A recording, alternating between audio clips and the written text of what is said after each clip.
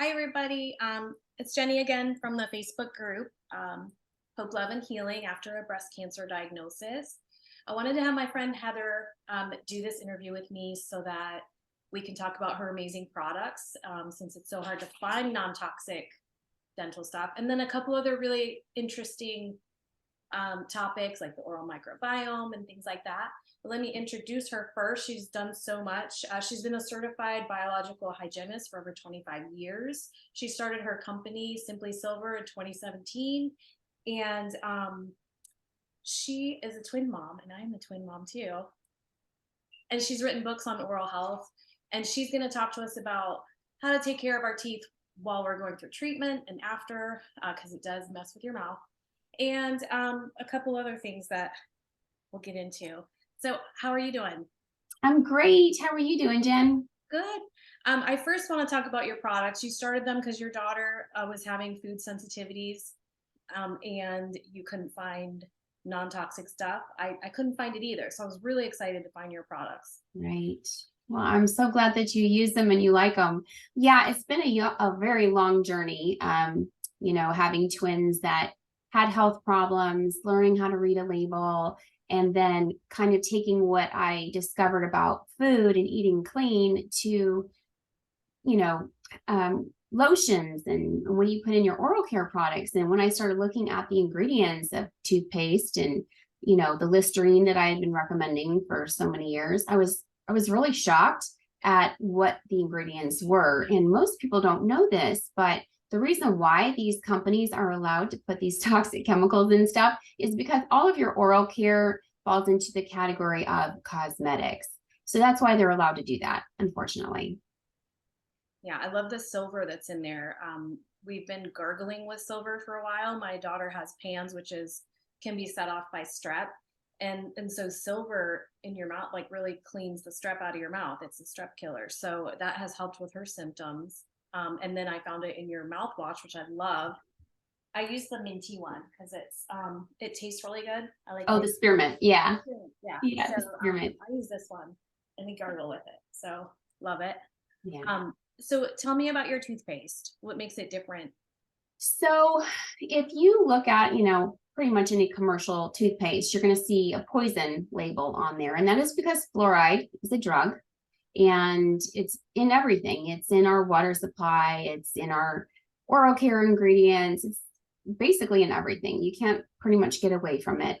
But it's just really hard to find ingredients that are clean. So things that you want to stay away from would be fluoride. It is a mutagen. It can cause bone cancer. Things like even hydrated silica. Well, what's silica? It's sand, right? So you have one coating of enamel. You don't want to wear through that enamel because it doesn't grow back. You can remineralize enamel, but you will never regrow it. So that's why it's so important that you want to use things that have a low abrasiveness to them. Some of our toothpaste out there, like if it's whitening, has a grit of 200, even up to 250. Well, sandpaper is 228. So it's like using liquid sandpaper on your teeth. So anything above a 70, Jen, is kind of considered abrasive. So my toothpaste, I had it tested, and my mint, the regular mint, is a 49, which is extremely low. And then my spearmint is a 59. So I don't have any of the normal ingredients that typical toothpaste has. I have completely avoided any harsh abrasives, any SLS, which is it's the stuff that makes your toothpaste foam. And it's really, it's a chemical that's extremely irritating to your oral mucosa, which is the inside of your mouth. It can cause canker sores. I was allergic to it. I didn't know that. And I was always breaking out with ulcers in my mouth. And come to find out, it was because I had an SLS allergy. But I don't have any chemicals in there, any abrasives.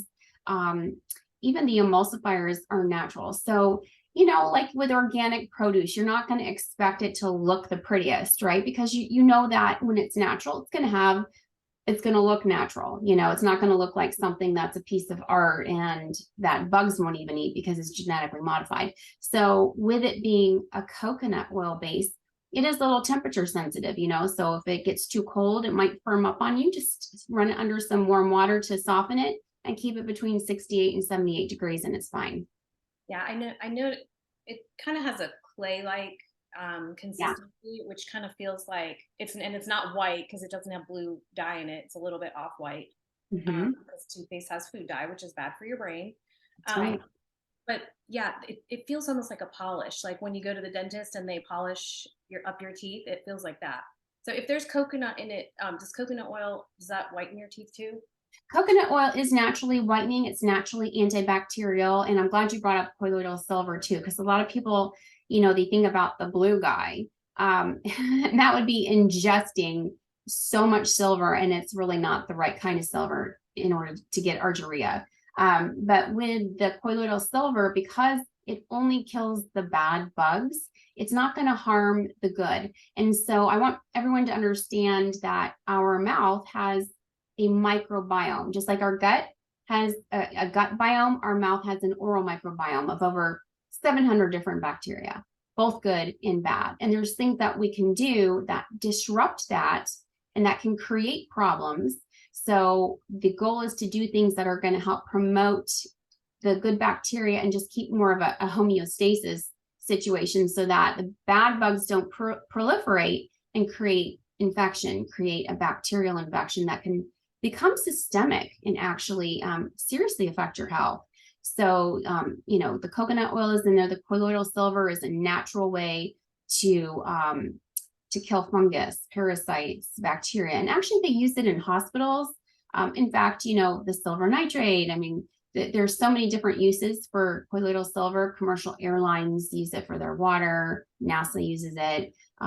It's just a natural antimicrobial, anti-inflammatory agent, and it's safe for everyone's mouth. Unlike hydrogen peroxide, which if you have cancer, you don't want to be using hydrogen peroxide anyways. But hydrogen peroxide would actually leach mercury into your body if you have a mercury filling.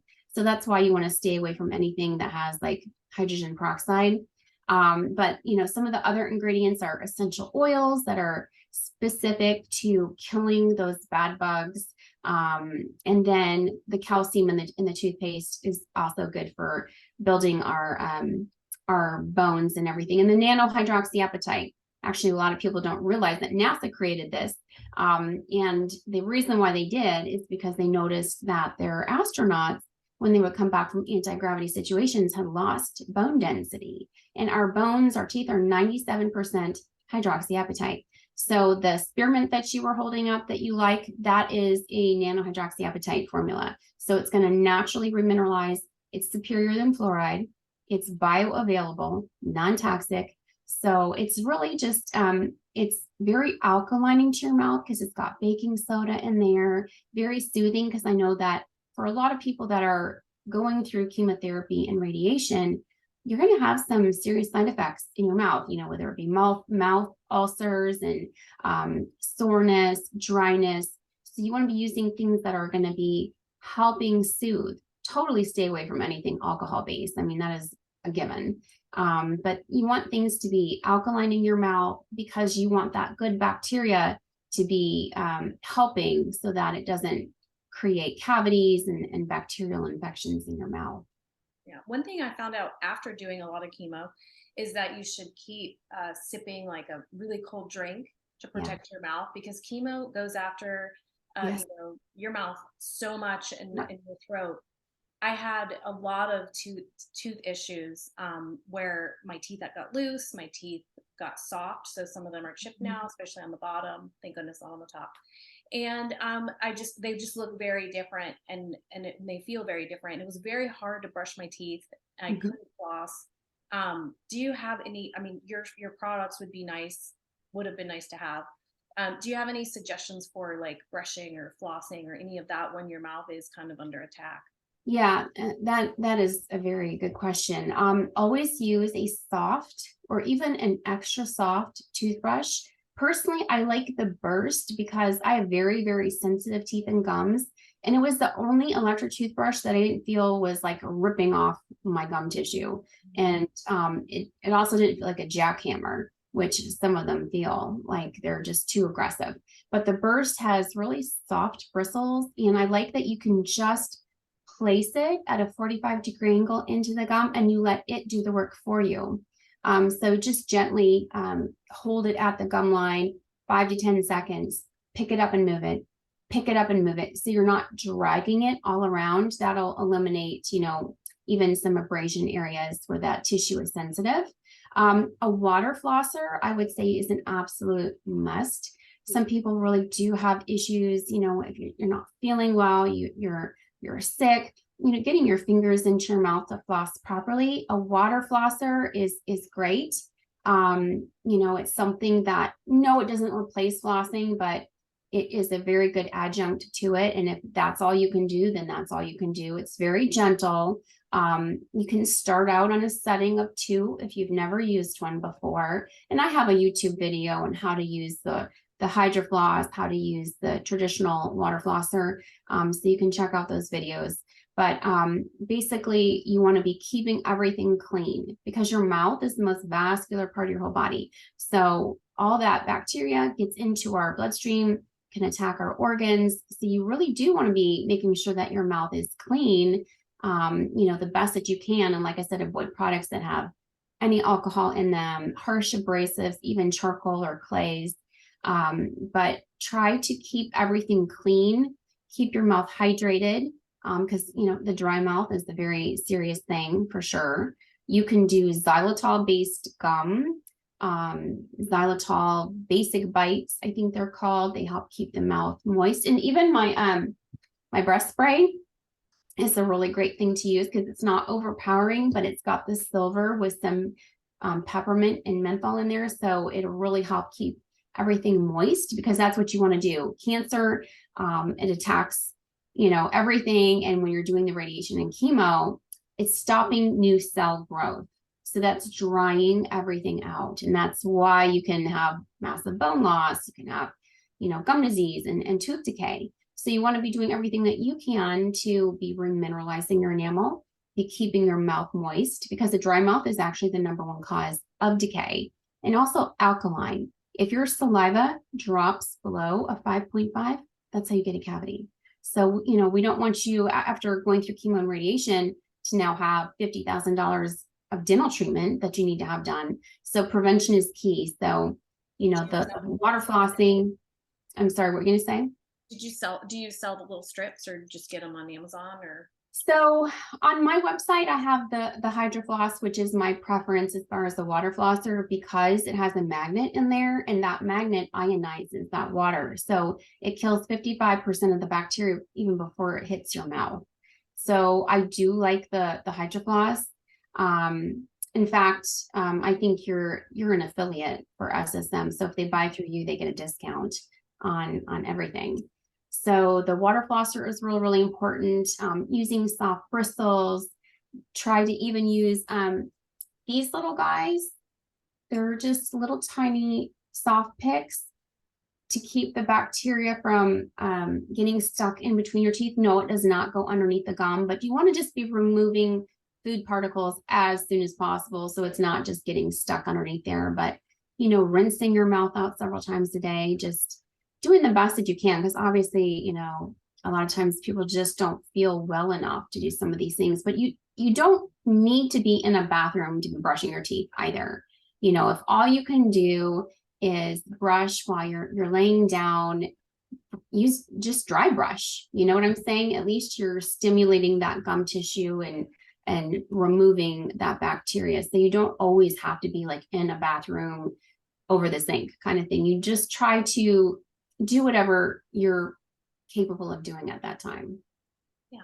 So say the alkaline thing again. So because I've never gotten a cavity in my life until I did chemo. So I didn't know why. And say that again. So our mouth needs to have pretty much a very neutral, pH. So if our saliva drops below a 5.5, that is how you get a cavity because it's acid. So then say you have even ketchup, something with ketchup has sugar in it, right? Sugar plus plaque forms an acid. So now you're in such an acidic state that your teeth are really under attack and they're not able to remineralize on their own, which that is the job of your saliva. Your saliva is naturally remineralizing, demineralizing your teeth through what you're eating and what you're drinking. A big mistake that people do make is right after they eat, they go brush. You don't want to do that. That's preventing that natural process from occurring. Wait 30 minutes after you eat before you brush your teeth, and then that will help. But keeping your mouth alkaline is going to prevent decay. So, baking soda, which again, my products are loaded with baking soda. Xylitol is a great way to raise the pH. The colloidal silver, all of these things just help prevent your saliva from dropping. And diet. I mean, food is either it's poison or it's health, right? So we need to be putting into our body things that are going to help restore us. Soda. I mean, you don't want to be drinking soda. The pH of soda is like what, 2.5 to 3.5. So you're bathing yourself in acid, and it's leaching calcium right out of your bones. So it takes, I think, 3 days for your body to come back to a natural pH of 7 from one soda. So you don't want to be doing things that are going to be tanking, your pH. You want to be raising that pH, and that's through what you're eating, and that's also what's in your oral care products. Do you recommend like testing your mouth with pH strips? I do, especially, I mean, if you're dealing with dry mouth and all of these things that are going to affect your oral microbiome, you do want to be trying to keep, a good idea of where you're at on that scale, because you can prevent decay. It's so much easier to prevent things before they happen than, fix it when it's too far down the road. It gets very expensive. And painful. Yeah. Talk more about the oral microbiome. I read on your web, you have a test for it. And I read that you can actually predict cancers or chronic illness from your oral microbiome. Yes. So much of, I think, our conditioning has been, we have our body, but our teeth are somehow in some different compartment. That is not true, right? We have one tube. It starts here and it goes all the way out us. So if you have disease in your foot, you have systemic disease. Same thing with our mouth. And over 70% of Americans even have some form of gum disease. So if your gums are bleeding, you have disease. That's not normal. It's not normal for your gums to bleed. You need to be brushing your teeth more than once a day. Has to be at least twice. And floss the teeth that you want to keep, because that's how important it is. So our bone is the foundation. And just like a house, right? If it gets a sinkhole, you don't care about wallpapering it or decorating it. You fix the sinkhole problem. So we've got to make sure that our foundation is healthy. So that's why we want to make sure that we're doing things to promote that. And our oral microbiome is a fantastic way of determining what's going on. So if you're having bleeding gums, you don't go to the dentist, you're not brushing, I guarantee you have some form of infection in your mouth. Well, what we can do now with saliva testing is we can sample 5 areas in your mouth. We can send it to a lab, and then that lab lets us know as the provider, out of the 11 bugs that cause periodontal disease, you have 1, you have 2, you have all 11. We have no idea unless we culture it, and then getting you on the right program. So sometimes systemic antibiotics are required because there's certain bugs that are resistant to just doing a deep cleaning. So, you could scrape it away all day long, but unfortunately that bacteria has gone past just your mouth. It is now into your body. It's a systemic infection. So that's why those antibiotics are sometimes required to, treat it not just systemically, but also we treat it locally, and then getting you on a program like every 3 months. I mean, our teeth poop every single day. So that's why when you wake up in the morning, you got poop breath. And our teeth are alive. They're organs in and of themselves, which is why they're excreting. So, if we ask to see you every 3 months, that's 4 times a year. That's really not a lot, to make sure that you're stable. Eventually, if we can get you to where you only need to come in twice a year, that's great. But we want to make sure we get you healthy, always about preventing and trying to stay on top of something rather than letting that bone, that foundation, deteriorate to the point where you've lost so much bone. Now your teeth are loose. Implants, they're a whole nother, expense, and some people reject them. And personally, I wouldn't do a titanium implant. I would do a zirconia one because I wouldn't want metal in my body. But, you do have options if you're kind of far down that road. But again, it's always prevention is key. But we can now determine whether or not through that saliva test, if you have the markers for Alzheimer's, pancreatic cancer, colorectal cancer, diabetes, heart attacks, strokes, all of these things from just what's in the mouth. So I really want people to think about their mouth as where true health starts, not an after effect. So, we really need to be changing how we think about going to the dentist and your brushing, your flossing, because you can eat clean all that you want. You can exercise all that you want. But if you have disease here, you have disease. So when you say there's markers in that test for certain cancers, what do you do if there are markers? Do you change the way someone brushes their teeth or eats, or what do you do? All of the above, really. I think sadly we're in a society where people just want to take a pill and they don't want to make any changes. You do need your health. You're going to need to make some changes. If you want to be healthy, you need to eat healthy. So we do have, and this is why I try to offer on my website a consultation where we can sit down and look at, okay, what are you doing as far as your home care? What are you eating? What kind of supplements are you taking? Because it should be holistic, right? Your mouth is not a compartment. We need to look at the whole body. So once we find these markers, what's so awesome is I've seen people that have that marker for Alzheimer's and pancreatic cancer. It's the PG bacteria. Oh my God, I don't even know how to pronounce it. Polymorphius gingivalis or something crazy like that, but it's the PG bacteria. So I've had patients that were through the roof, over the threshold on that bacteria. They go through our program at the office I work at. They've listened to, what I've told them to do. They're compliant. And then we'll retest them, and, it is well below threshold. And that's really exciting because we want that marker to either completely go away or at least be under the threshold of what's considered normal. Because preventing Alzheimer's, preventing pancreatic cancer, preventing colorectal cancer, that's huge. I mean, we can do things now to catch things so much easier. And I'm really hoping that, the Western medicine will come in, have a closer relationship with dental professionals, because we're the ones that can easily detect disease so much faster than your doctor can, because you can open up your mouth and see so many things. In fact, when you see people going to these places and buying animals, what are they doing? They're checking out their teeth. And it used to be the same thing when there was slavery. They'd always open their mouth and show me your teeth, because that's a sign of your true health, of what's going on, right? I mean, if someone's got rampant decay in their mouth, ooh, they're not healthy, but a lot of times you can't see the periodontal disease part of it because their teeth might look okay, but the bone is rotting. And so then you'll have a bad taste or odor in your mouth.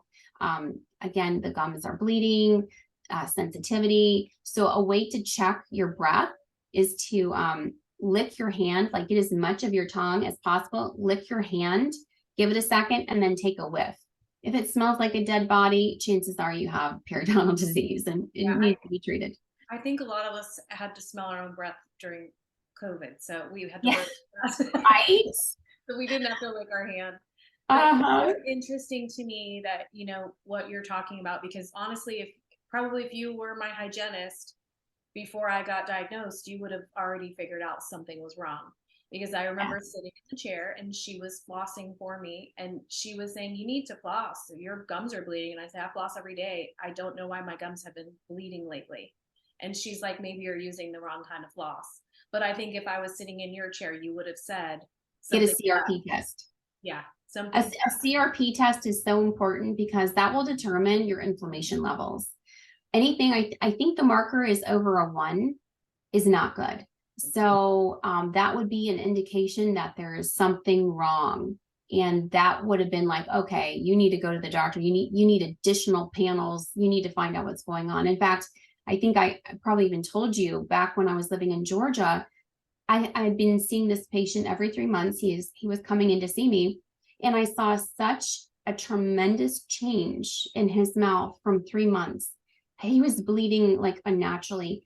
And I told him, I said, look, I said, you really need to go to the doctor. You need to get a CRP test.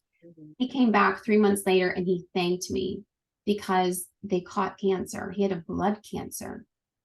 And so because I told him to go get that CRP test, that's what started him going down the road of getting treatment. Yeah. And even with my mother-in-law, I've been married for 22 years. I've been cleaning her teeth every single 3 months because she's really a plaque producer. About 4 weeks ago, I had seen her and was cleaning her teeth. And so when I say a pocket, I don't know if everyone knows what I'm talking about. You have a space between your tooth and your gum that's called a pocket or a sulcus. So a healthy pocket would be 1, 2, or 3 millimeters in depth. Okay. So my mother-in-law had always had normal numbers, a couple of 4s here and there. Well, she came back a few weeks ago and it was 7s, and she was bleeding like a stuck pig. And I'm like, Joni, there is something wrong. I said, when is your next blood test? She said, next week. I said, okay, call your doctor and ask them to order a CRP test. So do you know her doctor's office calls me and they're like, what is this test? Why does she need this test? And I said, well, as you know, your mouth is an indicator of what's going on with the rest of you. And I'm suspecting she's got a bacterial infection because there's something going on with her that I'm seeing a massive change, and I want her to have a CRP test. And the lady's like, oh, I really didn't know that. I'm thinking, Lord, have mercy, Joni, you need to go to a different doctor. Well, hopefully that wasn't the doctor talking. Isn't that crazy? So her test came back, and guess what? It was a 12. It was a 12. And so she had also been complaining about being extremely tired, and her left arm had been hurting her. So she's going for an echo to see if she's got a blockage. But I mean, this is the kind of stuff that if you have someone who's knowledgeable and has not just been trained to focus on teeth and knows about whole health, systemic health, they're going to be looking at other things and hopefully, catch things for you that might take too long to find otherwise. Yeah. I think I went to my gum started bleeding 9 months before the actual diagnosis. So it would have caught it a lot earlier. So yeah. And I wonder if you did a culture, I wonder what bacteria would come back on you, because that would be very telling as far as what's still lingering inside the mouth that may not have been eliminated. So I'm very curious to you find go out. through the process of, a lot of the people in my group are not in Florida, not in Tampa. So can you go through the process a little bit of how we would go about that? Yeah, so first start with a test, and I offer, there's a total of 3 tests on my website. 2 of them are the saliva tests that are going to show you markers. The third one is called an OAT test, OAT, and that would determine oxalate toxicity, because sometimes, there's different causes for periodontal disease. And let me just tell people what periodontal disease is. So again, your bone is what's holding teeth in place. If your gums get inflamed and puffy, that can just be gingivitis. So it's inflammation of the gums, but the bone is healthy. Once the bone has started to basically be, rotting away, that's the difference between gingivitis and periodontal disease, bone involvement. So it's not just reversible inflammation. Now the bone is starting to deteriorate. So that's the difference between gingivitis and periodontal disease. So the things that you can do is find out the root cause. Do you have a bacterial infection? Do you have an oxalate toxicity? Do you have an MTHFR mutation? So getting to the root cause is always super, super important. So that's why I offer the different tests, because for me, I'm oxalate toxic. So that means the things that I thought I was doing great for my body by juicing and eating all these greens and all of that stuff, I became toxic, and it was affecting my mouth because I was like, what is going on with me? I had a 5 millimeter pocket. My gums were tender. I'm like, what is going on with me? But this was after my jaw surgery, and I was wired shut, and I could only drink my food. I couldn't eat anything. So that massive change in my diet, where I was getting all of these greens and everything, made me toxic, believe it or not. So I had to adjust my diet and everything so I wasn't that way anymore, but it was affecting my gums. And the MTHFR mutation is something that's a cheap test. I think I provide a link for you to get that test. That can also affect, you know, how you're absorbing vitamin D, folate, and healing. So a lot of people who have that mutation don't do well detoxing because their body can't detox very well. So they become toxic just because their body cannot excrete the toxins. So things like a sauna, sweating, and other things would help with that. And then the bacteria test, the two that I provide on my website are oral DNA, and I provide a link to the bristle health. So the difference is that the oral DNA one is strictly for the microbes that cause periodontal disease, whereas the bristle health, it's going to show you those, but it also shows you where the Streptococcus mutans is, and that's the cavity bug. So it shows you that one in gut health. So it's a little different than just the periodontal disease one. So I offer both because, you know, whatever someone is wanting to find, you know, I hope that they can get to the root cause, but they're both very good. And the saliva test is something that you can just spit into a tube and it goes out to the lab, and then the lab would send me back a report. So you can do it from no matter where you live. Then depending on what your results are, we can come up with a plan as how to treat it. You know, looking at x-rays and probings, those numbers, 1s, 2s, and 3s that I was telling you about, coming up with a plan nutritionally, supplements with your dentist. So these are all things that I do on my dental consultant side of things, really trying to help people come up with a plan, make the changes that they need so they can get healthy and have their teeth, because nothing replaces your natural teeth. You know, people, they're like, oh, just pull all my teeth. And I'm like, yes, we can amputate, you know, we can amputate all your teeth. We can amputate limbs and make you prosthetics, but it's never the same. Dentures are really a horrible option, because all you have to do is go into an elderly assisted living facility and see how many of them don't even wear the bottom one, because there's nothing holding it in. It affects how you eat, your chewing function goes down 30%, how you talk. It's proven that people that lose their teeth have a less lifespan. So, you know, you always want to try and keep your teeth as much as possible. Yeah, this is all so interesting.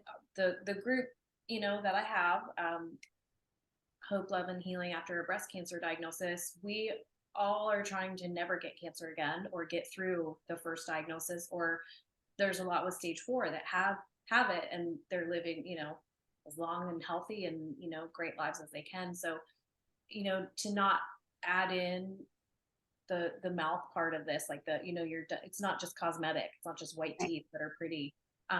A lot of the anti-cancer books, they're, you know, they tell you how to make lifestyle changes, and Yeah, I have not heard any of them mention get your mouth checked. So and you know, this is like a platform that I'm so passionate about, because I feel like if people just understood the connection, they're going to think so differently about their teeth. They're going to be like, oh wow, you know, I didn't know that. People don't know that they need to brush their gums. People don't understand the reason why you need to floss your teeth, because you're flossing the poop out, you know, why you need to use the water pick, why you need to get your teeth cleaned. You never want to wait, because with teeth, you know, you're never going to feel a cavity until it gets to the nerve. Enamel has no feeling. So by the time you go to the dentist, because now you got a toothache, well, guess what? It's involved into the nerve. So a conventional dentist is going to say, just get a root canal. I would never, ever recommend a root canal. It's killing the tooth, you know, keeping something dead inside your body. Why sacrifice having something there if it's dead and going to cause you health problems? You know, you do have other options. I mentioned them in my books. You know, please really do your research on root canals. In fact, there was a Dr. Joseph Isels who, back in the 80s, I think, people would go to him from all over the world because he had such success in treating breast cancer, but he made them remove the teeth that had the root canals or he would not work with them. So very interesting connection. And there's a documentary called Root Cause that people can watch on Vimeo. Just delves more into why you don't want to have one. But, just again, treating things before they get to be a problem, because with gum disease, your bone has no feeling, your bone doesn't have nerves. So by the time you realize you have a problem, there's the horrible bleeding, the bad taste in the mouth, sometimes loose teeth. And then, it's really a struggle for the rest of your life to keep your teeth. Whereas had we just done some preventative things, you wouldn't be in that situation. I've seen a lot of posts where people are asking breast cancer survivors and all of us in the groups, did you have a dental procedure before your diagnosis? And there is a lot of people making that connection. So it's really interesting that that's all the way back in the 80s, and we're still haven't like drawn the line and made it standard of care that, if you're going to do this, it could cause this. So in your mouth. Well, sadly, just follow the money trail. I mean, there is an entire profession that all they do is root canals. Even the documentary was taken off of Netflix because, they don't want to cause panic and make people think something bad, but it's just use some logic here. When else can you leave something dead inside of your body? I mean, could you imagine if you left a dead baby inside of your body? God, no. With a miscarriage? God, no. What would happen? It's toxic. You cannot do that.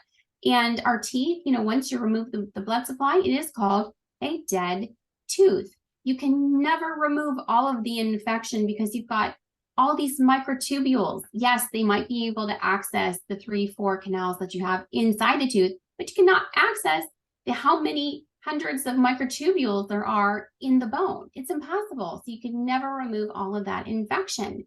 So then you're trapping it there. That's why it's just so toxic. And maybe some people have had root canals and maybe they haven't had any problems, but maybe for that other person, that was enough to throw their body into like toxic overload.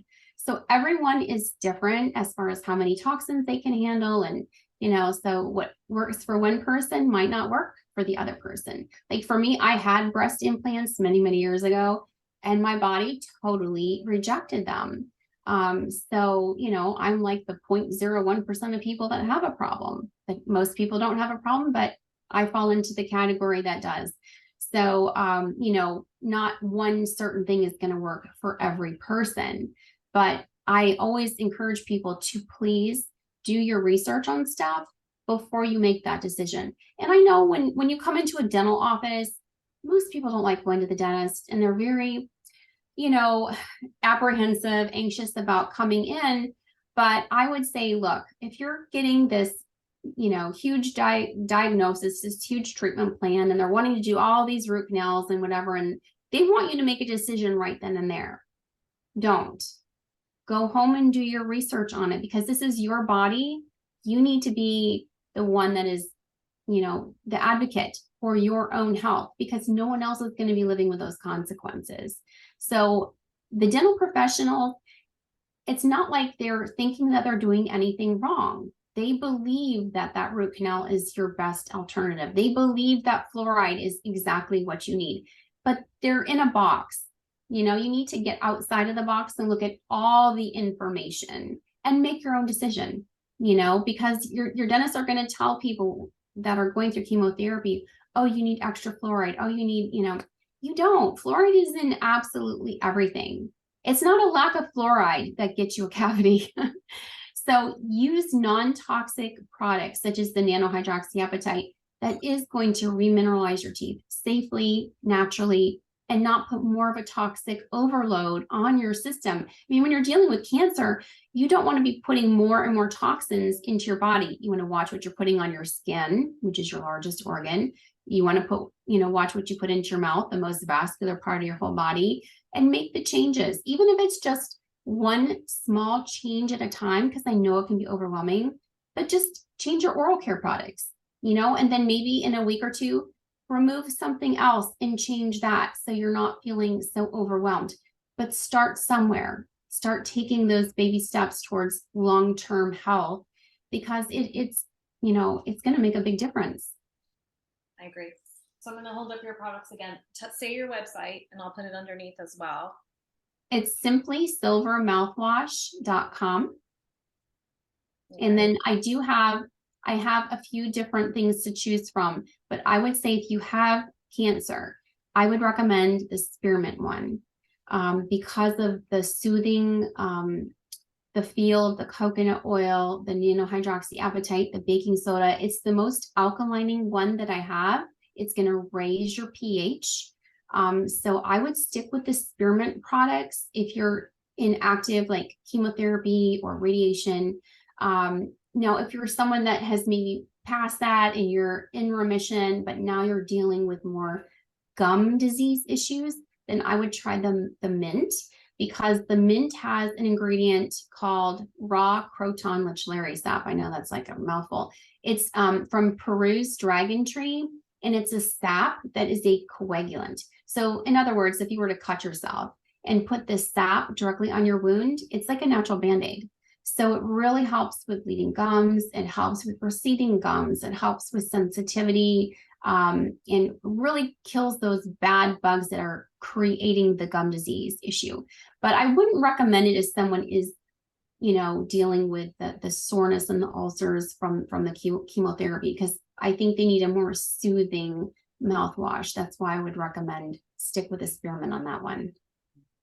Yeah, I think the water pick really saved me too, because I couldn't floss at the time. Yeah. But I want to look at the one on your slide, the magnet that cleans it. Sounds Yeah. really good. Yeah, it's really great. I've been using it now for a few months and can tell the difference. I'm going to put the link to the products as well as the lab tests, because I think a lot of people will be interested in that and researching all of this and looking at it. This is really, really good information. Thank you for talking with me. And Oh, well, thank you so much for having me. It's been a pleasure. if anybody has any questions, you can post them below. And I made Heather part of our group for a little while, so she can answer any questions that you guys have. So thank you. Awesome. Thanks so much. Talk to you. Bye-bye. Bye.